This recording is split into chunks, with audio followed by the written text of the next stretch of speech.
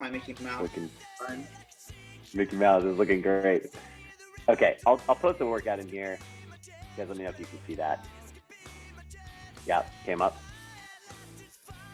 Okay, sweet. We'll go through it in a sec. So let's do this really quickly. Just, you guys are the stimulus for any of the off-the-cuff stuff. So Kev just got some surgery, looking to get transverse abdominis back together and not letting that split apart. And that's something that most people actually struggle with. And it can get nasty, especially for women after pregnancy. That stuff needs to be taught and together. So let's go through a little check before we even get started today on your transverse abdominis, okay? So lie down on your back. I'm gonna have to memorize this or resource my memory here. It's been a while. So what we're doing first, I want you guys to figure out where your transverse abdominis is, okay? Is the lighting okay? Can you see me well enough? Yep. Terrible lighting. Okay, all right.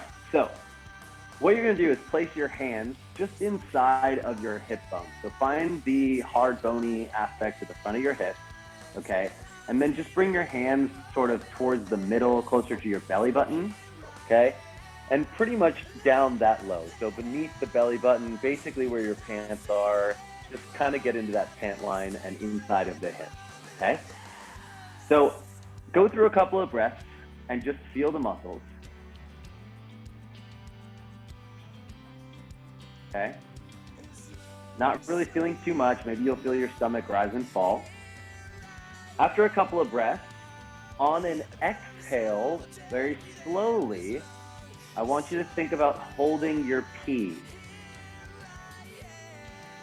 So as you exhale, hold your pee. You should all feel your transverse abdominis rise up into your hands.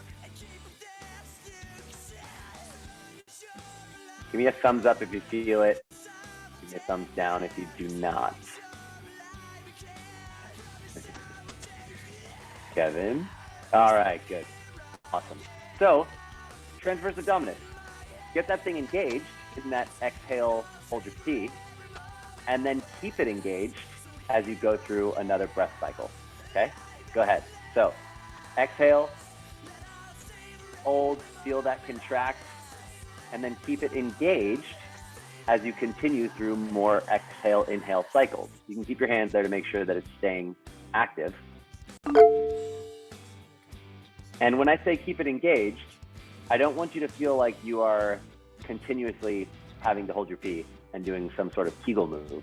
I want you to find access to and contracting that without having to do that whole hold your thing. So give you a couple rounds here, and then let me know if you were able to do that.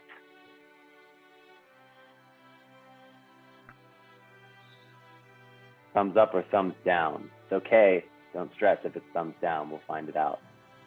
It's supposed to be like around your belly button? Sort of, down lower. Crest of the hip, like that bony aspect of the front of your hip, and then go towards the center, that same kind of height. It's pretty low. Is everyone feeling that? Anyone not feeling that? Okay, cool. Perfect. Dana, got it? Okay, awesome. All right, so now go to a dead bug position, knees to chest, hands to sky.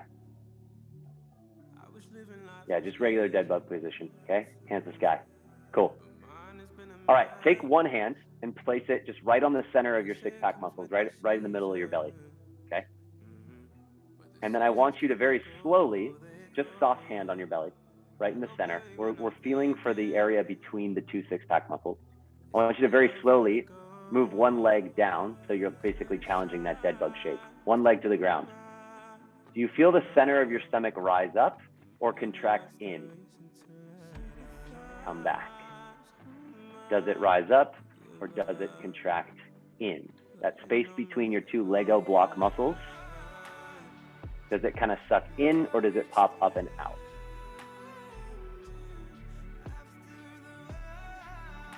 Chris. It goes in.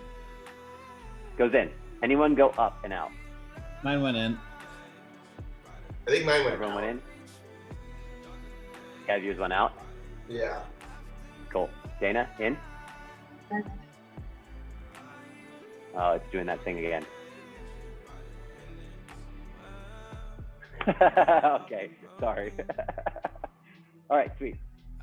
So, Kev, makes sense because you kind of lost access to that, and that's like why you have, I mean, chicken or the egg. I'm not prescribing or subscribe, whatever. I'm not saying like this is for certain, but that's basically what herniation is. It's TBA, can't handle it, too much inter-abdominal pressure, stuff opens up, right?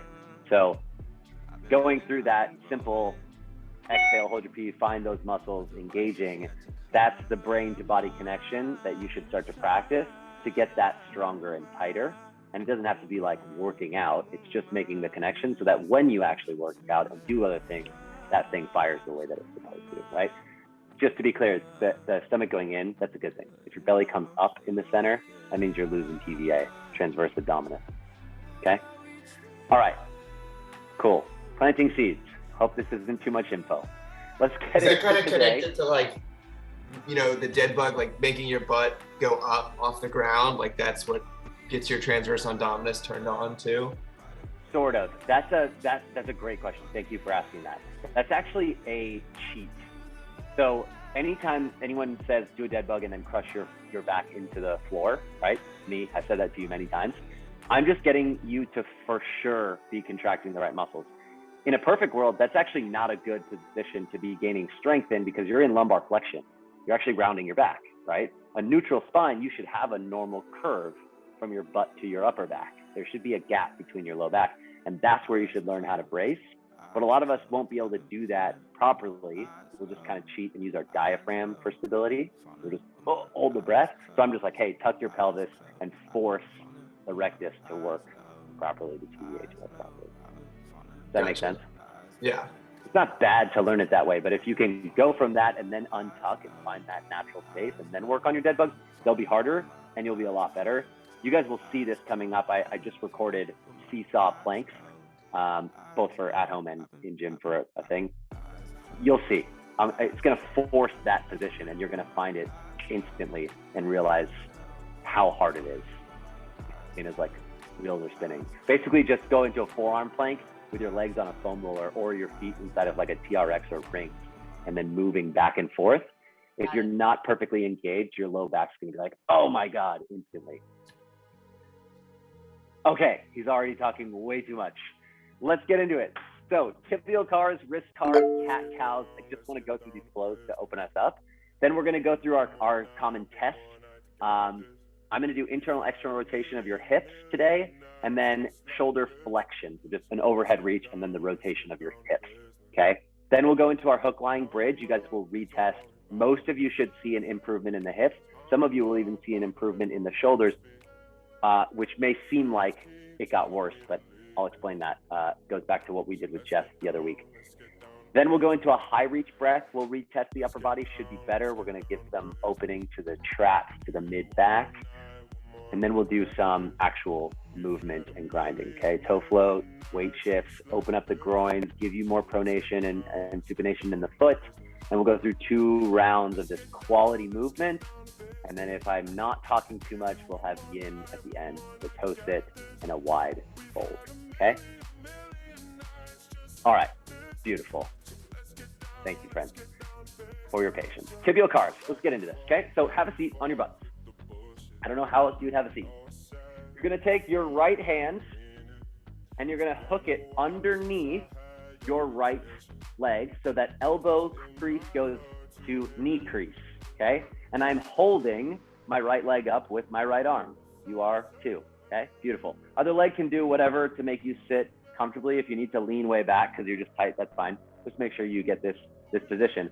Left arm is going to, hold on, rewind. Right hand is gonna reach inside of the left arm, so touch the bicep right at the elbow. So your hand should be basically in that forearm crease, or that elbow crease, excuse me.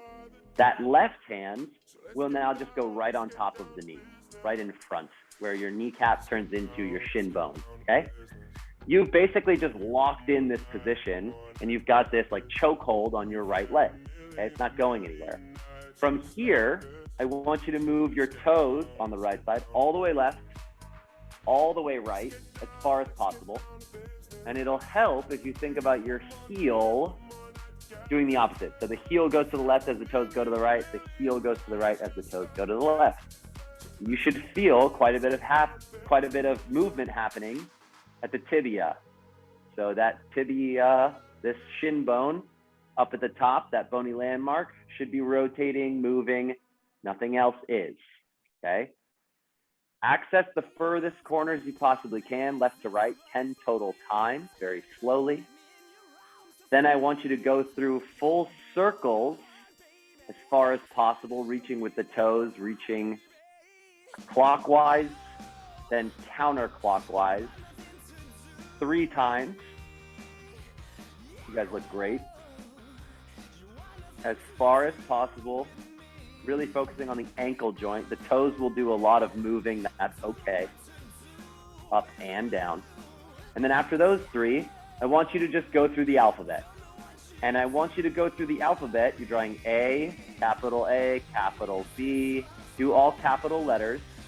And I want you to imagine that you're actually drawing with your toe or with a paintbrush so that you are accurate in these movements. Don't just fly through. You could imagine that you're actually painting something, and we're going to look at your artwork. I want to see some clear-ass letters, okay? The control of the letters is the most important thing here. Going through the entire alphabet. This is fantastic. Slowly. I really wish there was a way for us to actually see what you're drawing. You guys are going to look like a bunch of kindergartners. Nice. Good control. We should get some heat in the muscles. Dana, I saw you talking, but didn't hear you.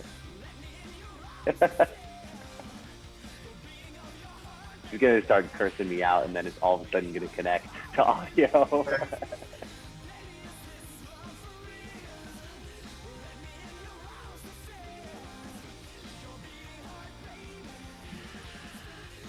Nice work. What letter are we on? Call it out. Kevin's done. Jeff? Oh. Chris, I'm just going to try to see what I can... W? That's an easy one. Oh, damn. Never mind. Q. That's an O. P.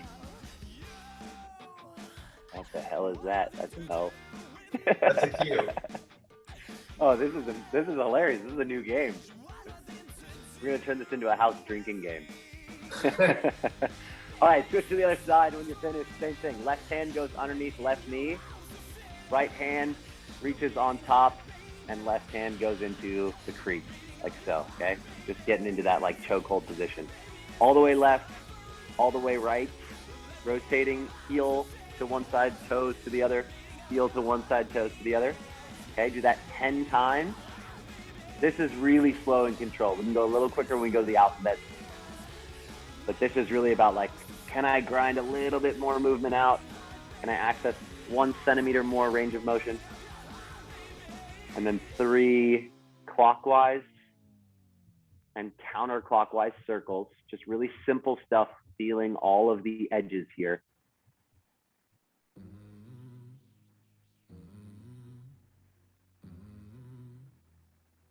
Okay, and then you'll go through the alphabet. Capital letters, slow and controlled.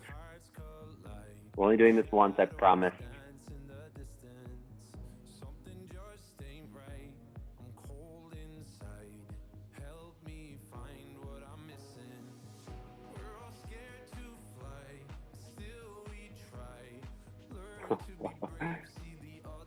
Cat looks like a panther.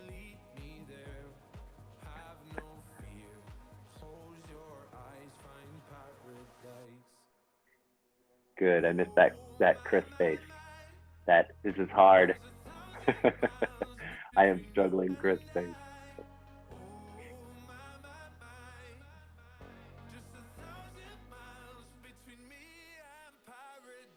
I'm all about the stoicism, but drama when you work out is just one of the best things. The more dramatic, the better.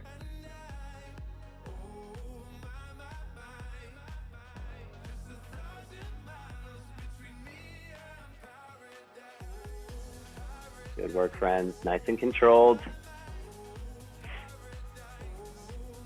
Try to feel like you have tension in some point of the muscles or some of the muscles throughout the entire alphabet. Right? There's no like relaxing through this, trying to get a good burn through all those lower leg muscles.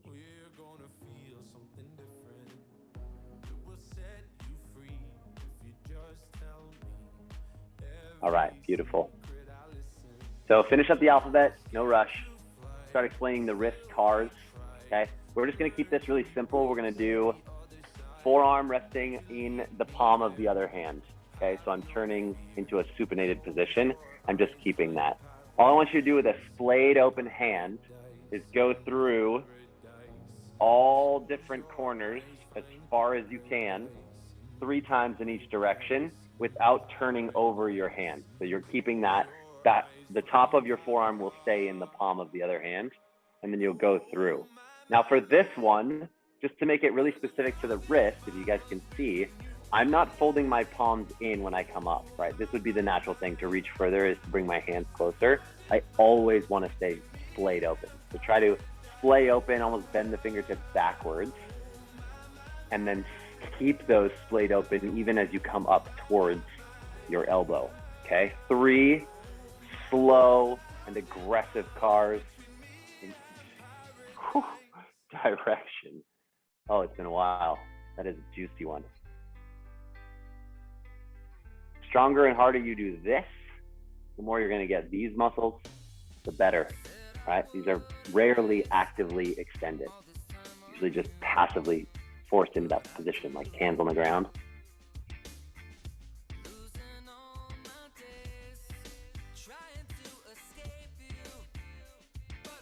Three per side.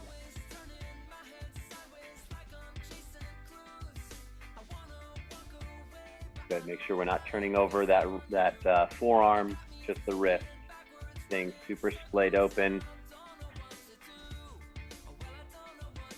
3 per direction. All right, once you've done those 3, we'll flip over. We'll go into a beast position or cat-cow position. I guess not beast, we're inactive. We're on the knees, we're on the hands. Getting on your wrist right now should actually feel a lot better than it normally does because you just went through those cards. You warmed up those muscles. So for any of you that feel like every time you get on your wrist, you have some discomfort, that should feel nice now. Cat-cow, I just want to go through 3 times, from cat to cow, cow to cat, cat to cow, cow to cat, cat to cow, to cat, okay? I want you guys to go 1 vertebra at a time though. So start in one position. I'm gonna go full extension to this cow position, and I'm gonna start with my tailbone, okay? So the bottom of my tailbone rounding, the low back rounding, the mid back rounding, the upper back rounding, and then my neck all the way to the top of my head. Big rounding flexion. And then I'm gonna go from the tail to the head again. I'm gonna start to extend, low back, mid back. I'm trying to keep tension in my core even though it's moving. Upper back and neck. And the thing that I'm really trying to do, that you're really trying to do here, is to segment 1 vertebra at a time. When you move from one end to the next, you'll notice you're always able to get more global movement, like you're fully extended and you can crank out a couple more inches of extension or centimeters of extension. But see if you can get all of the respective flexion or extension at one area first. So get your tailbone totally untucked, then go to the back, then the upper back, then the head and neck, right? Taking your time. I want to encourage everyone to also keep their shoulder blades separated. So whether you're in cat or cow, this is not about the shoulders, it's only about the spine. So they should just stay separated the whole time. So Kev, push up and away, chest away from the ground. You can still say super rounded, but now your shoulder blades are not retracted, they're protracted. Keep them protracted the whole time. They'll naturally glide into retraction when you go to that big extension. And if you don't know what I mean, shoulder blades will come together as your head comes up, right? As you arch your back. will kind of naturally happen. 3 of those. Cat, cow, cat, cow, cat, cow. All right, let's test them, okay? Internal and external rotation of your hips. So we're lying on the back. We're gonna get an angle or a view where I can see either top down or bottom up from you, okay? So I'd love to just look straight down at your body like this, okay? Or from the other way around. Either one is fine with me, okay? So let's all start with our left side. We're gonna do internal rotation first. So you're just gonna bring one knee up to chest, okay? The number one thing is to make sure the hips don't roll. So place your hands on your hip bones, that crest of the hip again, like we did earlier. And when you bring your knee to chest, just make sure that your hips don't excessively roll to the left or to the right as you come up, all right? Take note of that. Once you have knee directly over your hips, your left knee is up. I want you to take your right hand and just gently place it on the inside of that left knee. So on the inside of the thigh on the left knee. And from there, you're gonna keep your knee exactly where it is and rotate your hips so that your ankle starts to move away from the center as far as you can and hold.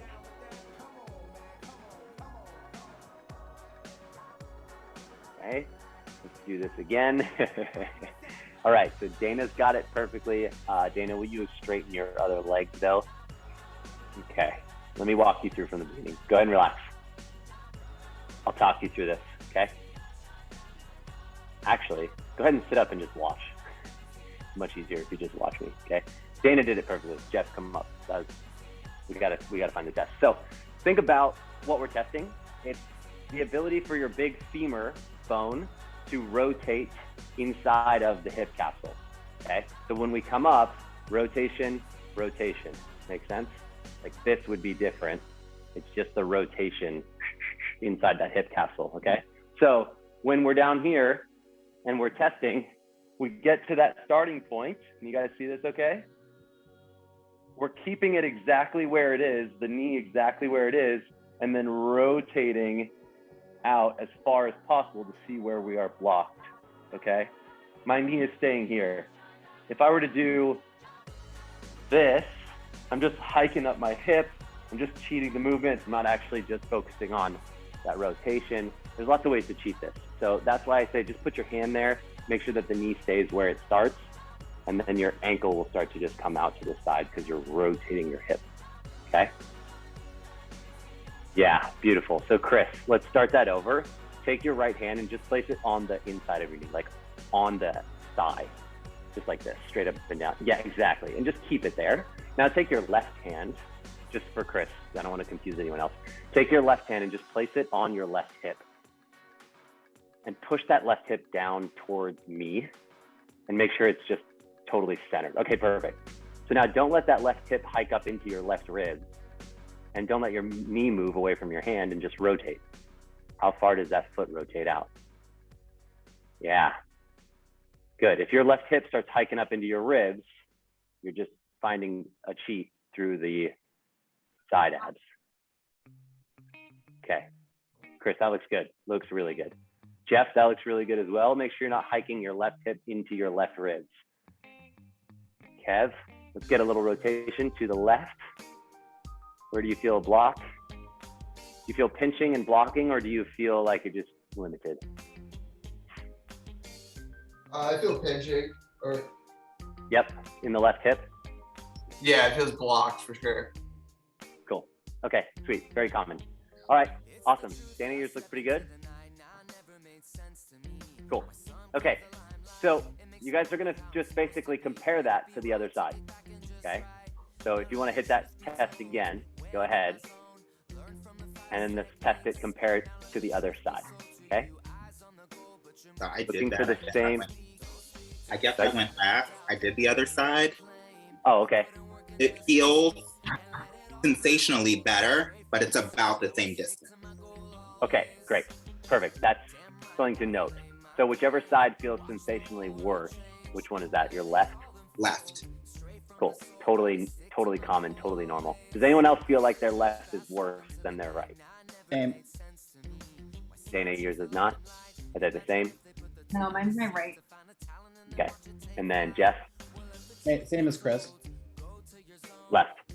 The left feels sensationally worse than the right. Okay, cool. It's funny, I feel like I have slightly more range of motion on the left, but like for some reason it feels worse than the right. I don't know. Yeah. Okay, so you're probably rolling in your hips. So Dana, you would be an exception, an outlier, just because of the spine condition, right? 90, I'm throwing this number out. I have no idea what the actual percentage is. I'm gonna retract that statement. A lot of people, a ton of people have the left side of their pelvis sitting further forward than the right side, okay? And just in our daily mechanics, it just works that way. Left side of the pelvis forward, right side backward, left side of the body, rib cage wise, backward, right side forward. We talked about this before. Everybody's like a zombie, crooked, front hip like this, shoulder like this, neck turned sideways. So everybody lives their life like this.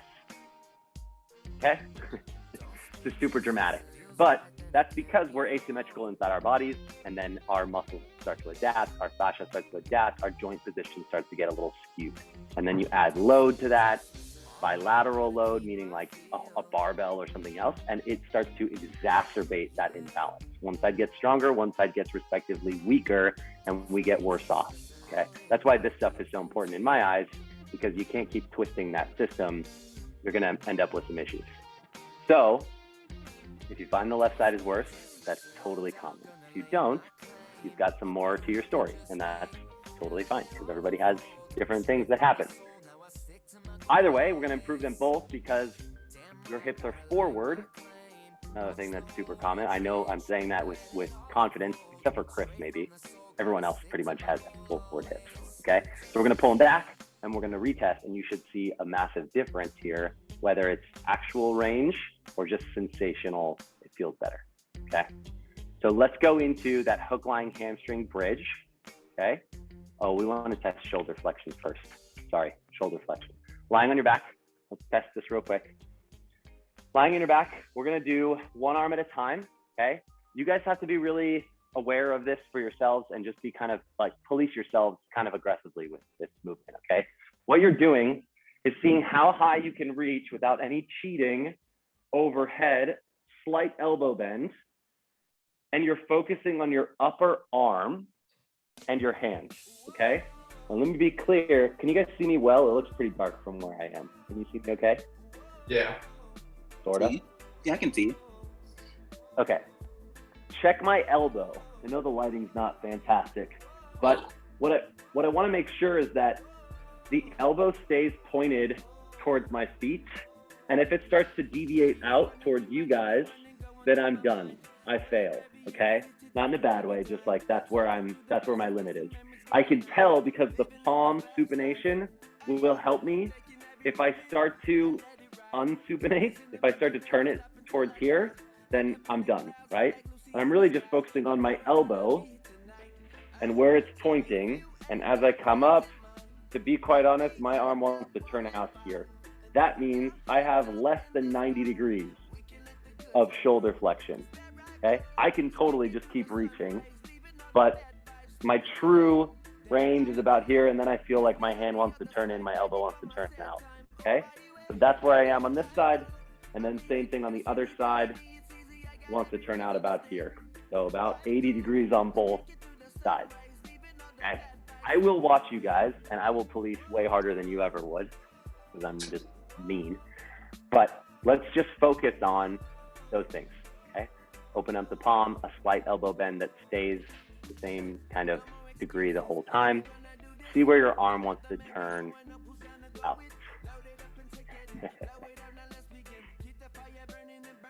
Okay, slowly and controlled.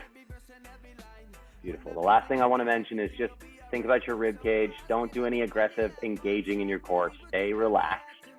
But if you're reaching and then all of a sudden you notice that you're lifting your chest up and arching your back, that's also the test is finished. I'm done. Did I do it right? Chris, I was seeing some Pretty good stuff. Oh, yeah, I felt like I went really far back before I. Good. Test both sides and see how they feel one compared to the other. Be really diligent about what you're feeling and what you're noticing, okay?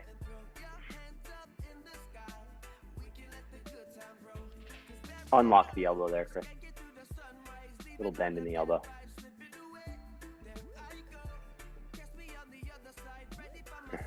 Beautiful. Nice, Chris. Jeff, that's totally rolled out. You see that? So palm perfectly towards the ceiling from the beginning. Okay, cool. So go down to the bottom, like hand by your side.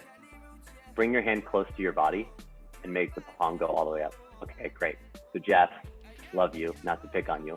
You can't even get your palm supinated properly in the beginning. So there's tons of tension on that left side. Do you notice that? Like, you can't even open it fully. It wants to be turned in. Or you have to like turn on your muscles and really be aggressive. Or you have to move left. Yeah, keep doing that. Keep doing that. That was perfect. Keep going. I'm just saying that that gives us information. It's like already turning right there. Where are you at degree-wise? 70 degrees, 80 degrees, 90 degrees? Sorta. Okay. And that side's worse than your right side, right?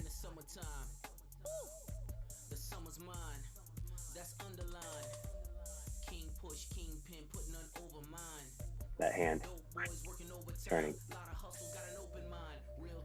Okay, cool. Did everyone see that? Was anyone watching Jeff?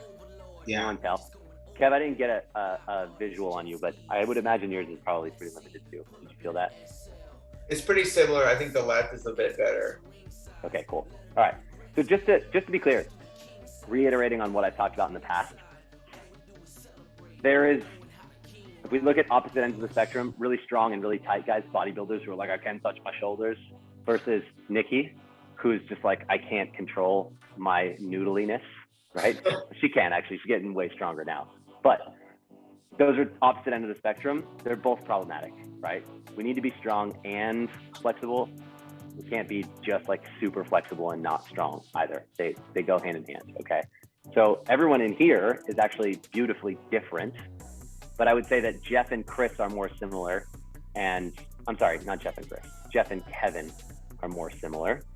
And Chris would be on the opposite end. Dana's kind of in the middle, right? Chris is pretty mobile. He's moving around, no problem, but he's not locked up because of muscular stiffness. Does that make sense? And that makes sense to me because Chris, your history is more yo-yo, right? Yeah. So you're never overcompensating with tension, like lifting weights and resistance. You're moving without tension. You're moving through range without tension. Jeff, I don't know what your history is, but you strong. Not to say you're not strong, Chris. It's just kind of the development of like, I've done these things for so often, right? Okay, I'm just trying to make things more understandable, digestible, relate them to you guys. I hope you guys are never offended by any of this stuff because it's really just objective analysis. It's nothing emotional here. Okay, good. All right, so let's go through the hook, line, hamstring bridge, and then we'll retest that internal external rotation. You guys should know this, we've done it. You're gonna lie on your back, you're gonna get into a really comfortable feet planted on the floor bridge position, like you're doing a glute bridge, so just relax, okay? If you have a foam roller, stick it between your thighs. That would be awesome. If you don't have foam roller, pillow works. If you don't have either, it's fine, but it would be great if you had that, okay? Foam roller between the thighs, glute bridge position. You're going to go palms up to the ceiling. I'm sorry, not ceiling. Yep, palms up to the ceiling. And you're gonna reach about the height of your knee, like this, okay? What we're doing is engaging, just energetically, down into the floor with our feet and pulling our hips towards our heels or our heels towards our hips, okay? When you guys do this, you wanna feel your hamstrings, especially down low by your glutes, if possible, okay? When you pull, you wanna get your pelvis tucked in that posterior tilt.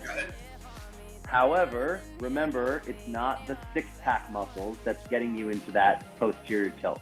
So we're not just engaging the abs and crunching, we're using the hamstrings to kind of pull our pelvis into that grandpa butt tuck.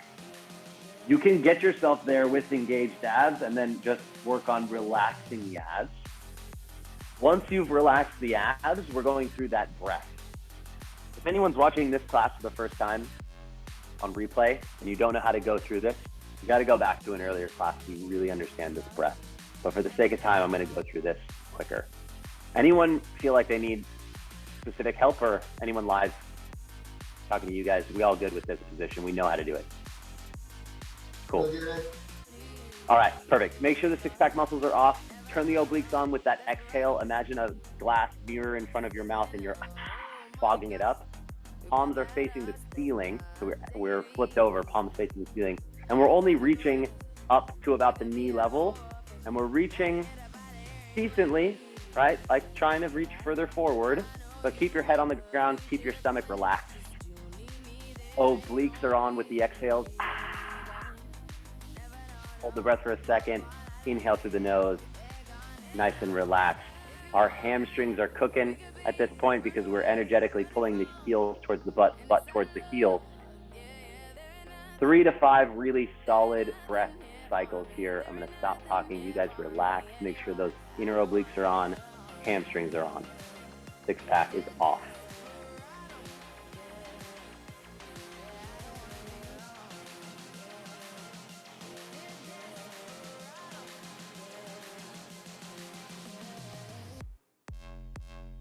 Make sure those exhales are long, slow, and relaxed. Full foot planted on the floor. Hamstrings, especially closer to the glutes if possible.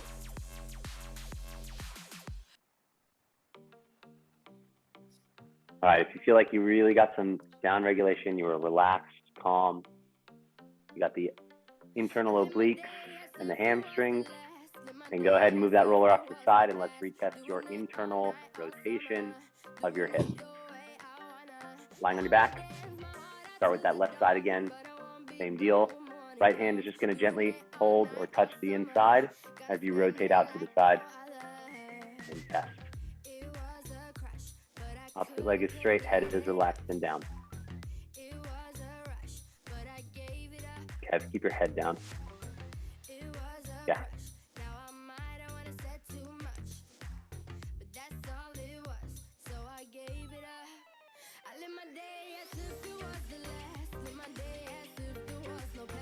Okay.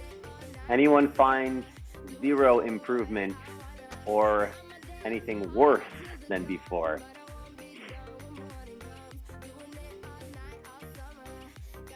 I feel like the range hasn't extended all that much, but it feels better. It's not like the blocking in the Perfect. Perfect. That's what I would expect from you, Kev. Similar experience for me. Okay, awesome. Awesome. Yeah, the left felt a little bit better than it did the first time, and then the right just Cool. felt pretty much the same. Okay, awesome. All right. Just so you guys know, this movement is going to benefit you just opening up some natural space before you work out, okay? I may start putting this in as a warm-up intro for most people and just have you go through a couple breath rounds of flying. But if you notice that this gave you improvement, I highly encourage you to go through a couple of breaths before you work out. If you think about it, maybe there's not much range increase, but there's a slight impingement release, right? There's less pinching, there's less pain, there's less restriction. Every single movement you make that involves that joint, which is a lot, is going to be slightly better, slightly more muscle fibers because of the range, right? Slightly more opening of that joint, and that compounds over time, and you will increase your mobility. If you forego this and you don't open up that space, you're not getting access to those new spaces in your workouts, and you're just gonna stay stuck, okay? So just encourage you to hit some of those before and or after your workout to reset and to gain some new range. Okay, let's go through this high reach. You can just stay where you are seated. All we're doing is reaching up to a natural position that doesn't feel like we are trying and getting the back involved. It's just where our arms kind of naturally stop, okay? And if you guys are really in tune, you should feel where the tension is, somewhere around here, okay? Chris, this probably isn't gonna do much for you. You've got really open shoulders, okay? But regardless, we're gonna reach up to that natural stopping point, really respect where it is, and then big breath in, exhale, fogging the mirror, feeling your side abs. Inhale, it's the same breath, exhale, feeling the side abs, inhale, exhale. Palms are facing open, so supinated, okay? When we did that shoulder flexion test, remember I was going through it and I was like, right about here I start to cheat. That's pretty much where my hands should be when I'm doing this. I can go up a little further and really get into the tissues, but if they're low and your test wasn't that great, then that adds up. That makes sense. 3 to 5 full breath cycles. Continue going up as you feel the opening of those lats and tissues in the mid to low back. The breath is really important here. Fogging the mirror, you have to feel those external or those internal obliques. And this big expansive 360-degree inhale. Internal obliques, big expansion. You should be able to reach further and higher and better. Okay, Dana, Chris, you guys can retest. Jeff and Kevin, go through one more full breath cycle. Keep trying to go up higher with your hands as you feel that opening, expanding. To be honest, I don't expect much change from you two, but go ahead and retest. And then Kevin, Jeff, when you feel like you got that right, go ahead and retest. Shoulder flexion.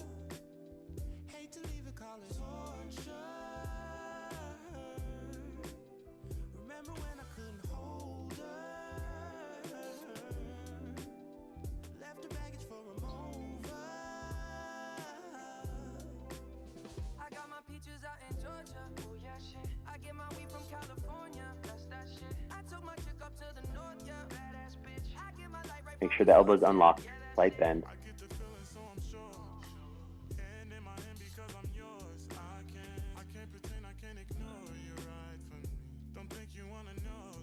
Okay, Kevin, did you get any better on that one? Yeah, I think the left side was much better. The right one, I think I got a little more range of motion, but it still felt sticky at the end. Perfect, makes sense. Chris, Dana, any improvement? I would say the same. I made it to the floor. But Awesome. Dana, any improvement? A little bit? Hear me? Yeah. Okay. I feel like it actually got like, A little bit worse. yeah. Okay, cool. Yeah, makes sense. Okay, so to explain this to you guys, so Jeff, do you feel any change? Anything good? Yeah? Okay, sweet. All right, so basically this gets complex, but there's different aspects of your rib cage and where the muscles connect, both on the front side and on the back side, okay? To make it really simple, where your upper arm, your humerus bone is pointed is where you are using the most tension. So if my arm is low reaching, there's a lot of tension up in these muscles. If it's 90 degrees, it's these muscles straight across.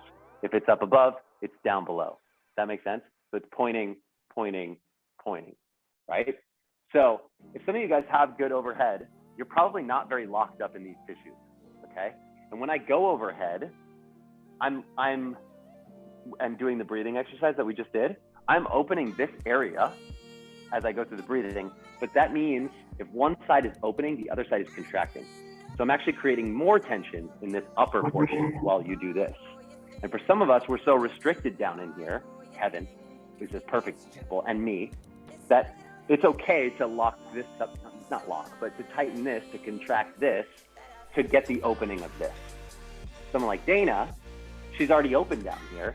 And so this exercise is actually just making her tighter up here. So she retests and she's like, it works, right? Well, yeah, because we didn't open anything further. We only made something stronger, right? We only made something even more concentrically oriented instead of eccentrically, right? Make sense? So that's why some of these tests are important for you to understand where you go through. And part of what I want to teach you guys through making you all do these things is like, which one is actually helping you the most and which one is like, I don't know, not really, right? Because then you can take that and utilize it for yourself because you're all going to be in different positions. Jeff, I'll tell you, you have a lot of tension across the whole upper body, right? So every single one of these things is going to help you a little bit because we just got to open up some of those tissues and get them away from their concentric orientation. But some are going to be really drastic for you, and some are going to be like, yeah, sort of, okay? And I want you to remember the really drastic ones and prioritize those. Cool. Okay, we'll keep going through this stuff. Thank you again for your patience, guys, because I'm just going to make this clearer and better. And every time you come to class, you gain a little bit more information, I hope, and it makes more sense. Okay, awesome. We got 10 minutes. Let's start going through these movements. All right, so 12 per side, toe, float, pronation. We've done these. You just need a thick book, okay? A thick book or a couple books to raise your foot on. And if it's big enough to fit your entire foot, that would be awesome. So not like a small, thick book, but a big, thick book. Textbooks work the best. Super forecasting, that looks awesome, yes. Textbook, yes. Who else? What other cool books do we got? Tools of Titan, this is the crazy book. All right, so all we're doing, toe floats, as it sounds.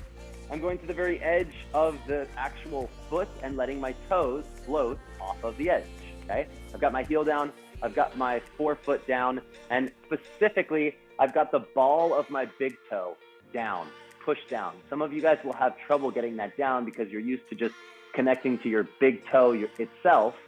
Let's focus on the ball of the big toe, and then that should go straight across to where your pinkies are off, but your pinky toe is off, but the rest of your foot is on, okay?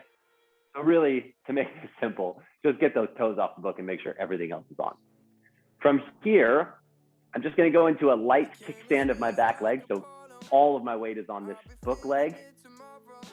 I'm going to hinge my torso slightly forward. If you guys can see me, a slight torso hinge forward, keeping that hinge. I'm gonna think about knee going directly above the ankle to in front of or over the toes and back. And that's it. I'm just going through this 12 times. I'm thinking about the pronation and supination of the foot, which is essentially my arch collapsing and creating and collapsing and creating. Now keep doing this. Make sure your back foot is close enough to your front foot so your weight can stay on that book foot. And if you're doing it correctly, all of you should start to get a burning sensation in that glute, the elevated foot, the book foot glute. I need you to find that glute burn before you move on. So it says 12 rocks, but really, I'll let you be here all day. Find the glute. Think about that pronation, supination, the arch and no arch of your foot happening. The more of that we go through, the better. That looks pretty good. Dana, make sure that you're bringing knee back over ankle and move your whole system forward and backward. Yeah. There we go. And then think about that foot collapsing or pronating and supinating. If you get the glute burn, you did at least 12, switch to the other side, same thing. Supination, pronation, creating an arch, flattening the arch.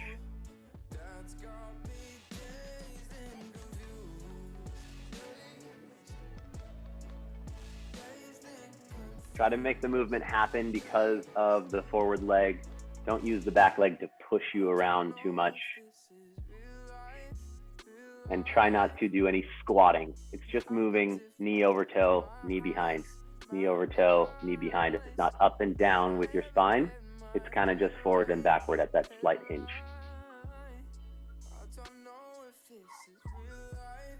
Okay, we got the glute on that side. Give me a thumbs up or just move on and I'll know that you got it. Book out of the way.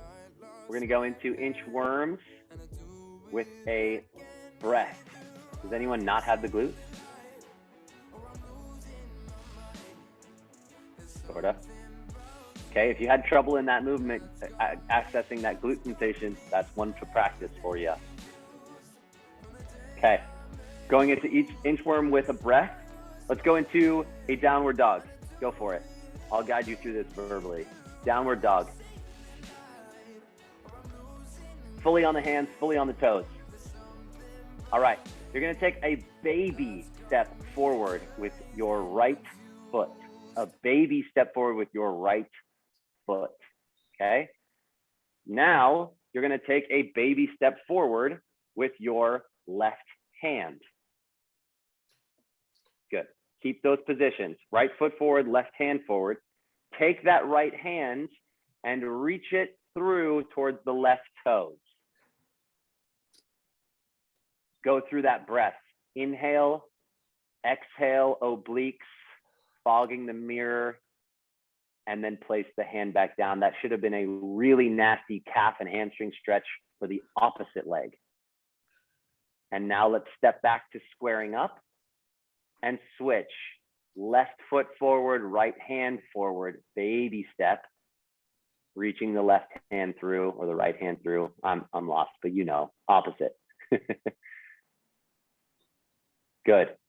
Big breath in, slowly exhaling, getting the obliques. That's 2. Reset. Feet together, hands together. Baby step forward with the opposites. You guys got it. We're gonna just do 6. Let's do this.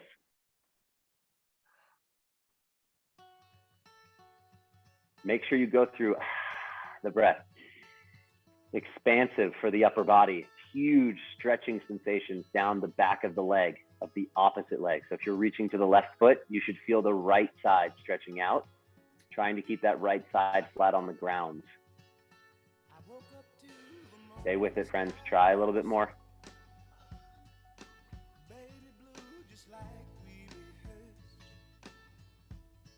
This should start to get challenging. We're holding these positions for quite a bit of time. Big breath, even though it feels like we're working, it's still the same concept, trying to bring air into new areas.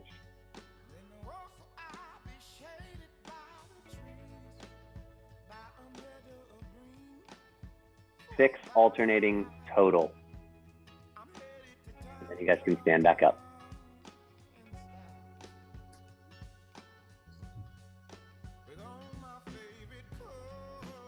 Good, should feel massively open here. We missed the groiner. We're gonna go through one round of a groiner of a weight shift. So you guys go to a half kneeling position.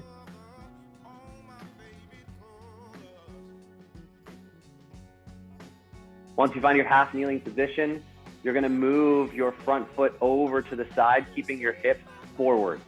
Open it up as much as you can while maintaining hips forward. I'll let you move that foot as you need to. But the idea here is we started here forward, and then that front leg just came off to the side. Now I'm gonna go knee over toe, and this opposite leg will get this groin stretch. You may feel groin stretching happening on the other side too, that's fine, but we're just opening this up. And if that doesn't feel like enough, you can move your legs further out. You can move it further in, whatever feels good to get the groin stretched open. You're gonna go in and out of this 12 times, trying to focus on both inner thighs stretching out, but almost primarily the bottom leg. Some of you just will have different hip setups to where you don't feel that as well, and that's okay. Keep yourself square. 12 shifts into that side, slowly and controlled.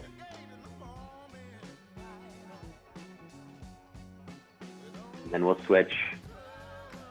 Get that half kneeling, and then walk out to the side. Keep your hips square forward. Same idea. Opening up the groin, getting that stretch on both sides.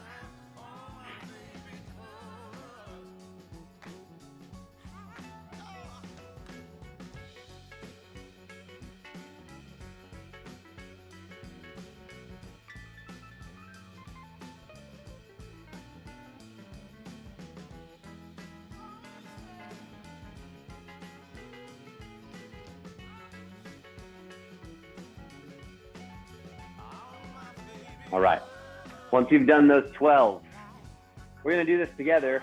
We're gonna do one Cossack squat on both sides for a 10-second eccentric and a 10-second isometric, okay? Here's your saving grace. If you have a bed, you're in front of it, you can use it to help support you, okay? If you don't wanna use that, you can use an object to offset your center of mass. That will also help, okay? I really would like to encourage you guys to be able to come out of this position without having to just like collapse and have it be done. Okay, so 10 seconds down, 10 seconds held, come back out. We're doing this once on both sides. That's okay. You can yell at me. You can call me whatever you want. Love you guys too. All right, so the intention of the 10 seconds is not just the time under tension and to make this horrible. It's so that you can essentially gain new range because of the slow control, okay? Muscles are gonna be essentially saying, okay, fine, we'll figure this out. You'll be able to adjust. You'll get some better positions, okay? Pick a side. I don't care which side you wanna start with. And we're gonna move together, so I will count you down, okay? So go ahead, find your Cossack stance. It's probably wider than you think. For most of us, that will actually help. Now, whatever side you're going to, I'm gonna go to the right side first. I'm gonna push off of my left heel and left inner thigh and keep that left leg as stiff and straight and active as I can. So I'm not just moving into one side, I'm pushing away from the other. All right, here we go. 10, 9, 8, 7, 6, 5. You can make adjustments. 4, trying to get as low as you can. 3, 2, 1. Now here we go. 10, 9. You should get even lower. 8, 7. More control. 6. Knee out. 5, 4, 3, 2, 1. Standing up. We could have been there for another 10 seconds. Here we go. Other side. Same deal. Pushing as we move into 10, 9, 8, 7, 6, 5, 4, 3, 2, 1, 10, 9. If you go lower, that's great. 8, 7, 6, 5, 4, 3, 2, 1. Woo! Not so bad, right? No cursing needed. One of my favorite ways to gain more range of motion is just to literally slow it way the hell down. Awesome way to get things prepped. Okay, 20-second crab hold into 20 slow crab lifts. Oh man, it's one minute past the hour. I'm sorry, friends. 20 crab lifts. 20 seconds, I'm sorry. Hands behind, okay? You're just gonna get to a comfortable crab. I don't need you fully extended in this. Get to something that feels like you're getting a stretch and it's not forcing you into a weird position. 20 seconds. We're also gonna add the breath here. Focus on that. Exhale. Inhale, expanding the chest. Exhale, oblique. Inhale, expanding the chest.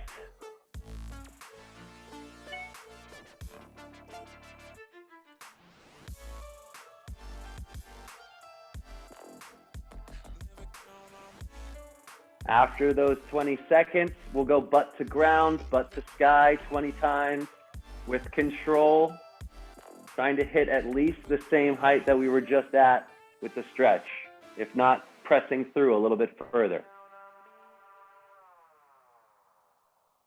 Keep a strong core, keep a strong push through the arms. You'll feel some hamstrings, some glutes, that's great. No arching of the low back. If the hips don't come up as high as you want, that's all right. Moving through. We got 20 of those.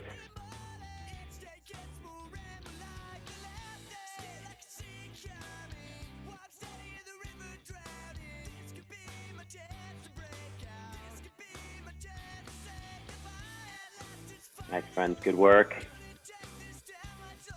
Still going through some nice breathing here.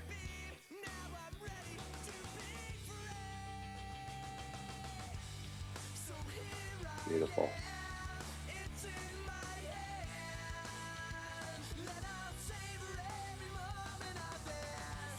All right. Nice work.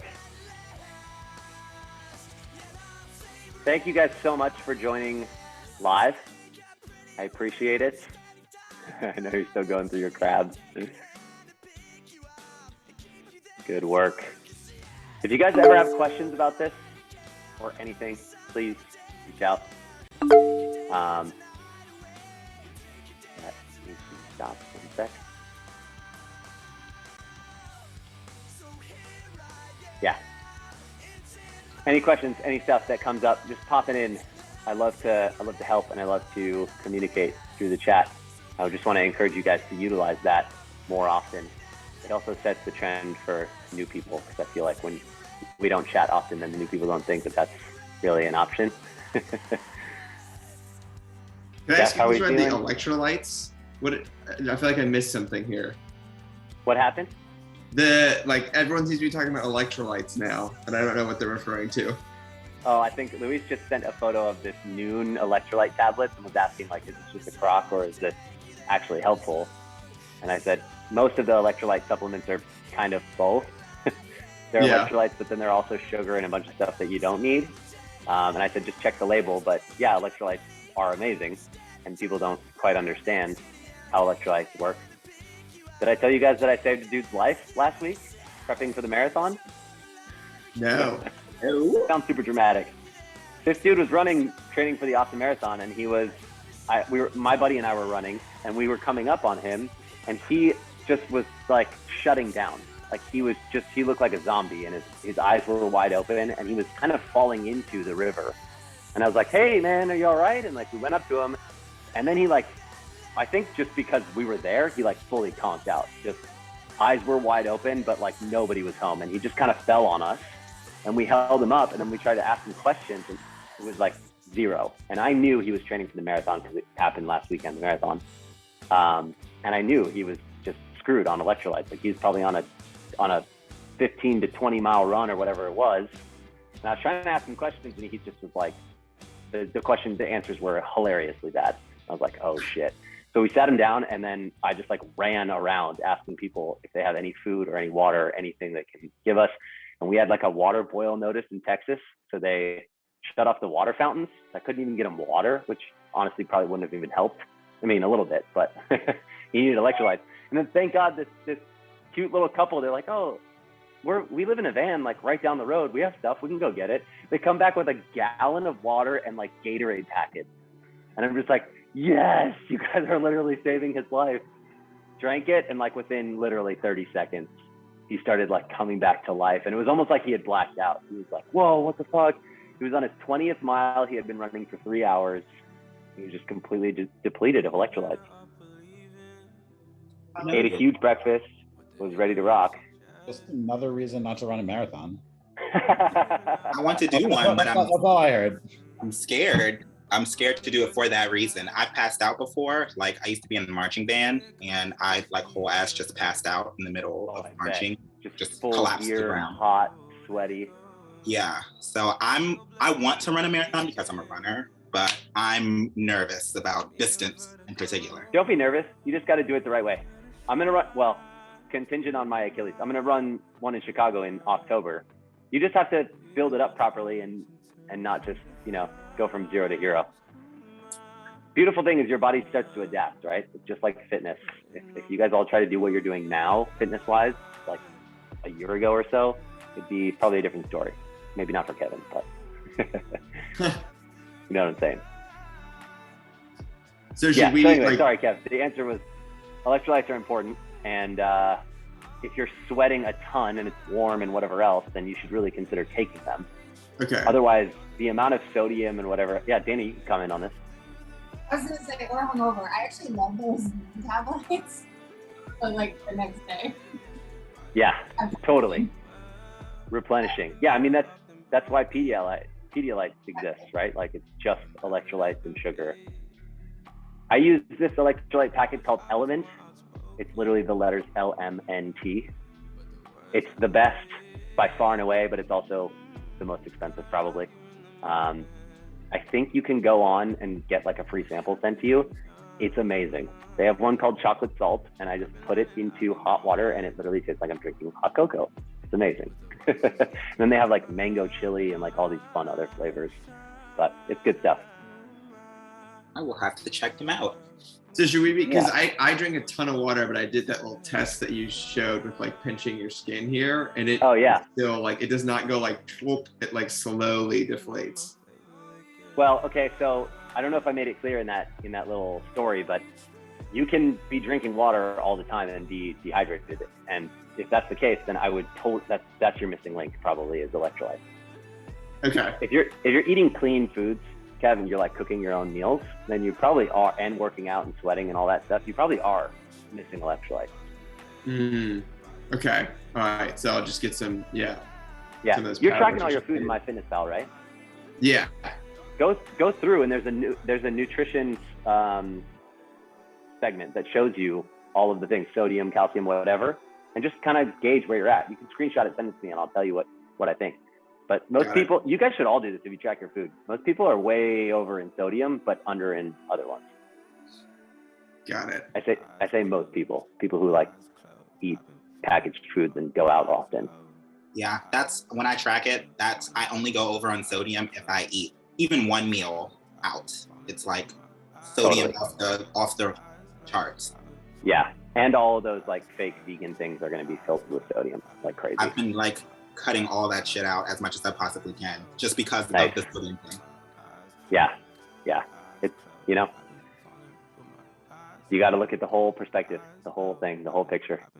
But I'm going to enjoy today because it's my birthday. So I don't care. Oh, no way. Thank you. Happy birthday. I didn't even know. I'm starting my day off right with a little bit of mobility kind of That's stuff. amazing. And now I'm going to go be an asshole. I gotta have a thing in there because we used to be in the Facebook group all the time, so I'd see your birthdays. I gotta know when this is happening. I know. I deleted my Facebook like a few months ago, so. Yeah, via Facebook. Well, happy birthday, Chris. Thank you for joining us on your birthday. That's awesome. Thanks. Okay, friends, I'm gonna let you go. If you have any more questions, just type them in the chat. I'll respond when I can. Hi guys. So nice. Gunther, I have a quick question. Yeah. So not related to this at all. So like, That's fine. Where did you get your rug? Hmm? Where did you get your rug? Because I'm moving. This one? And yes, and I love that. And I found some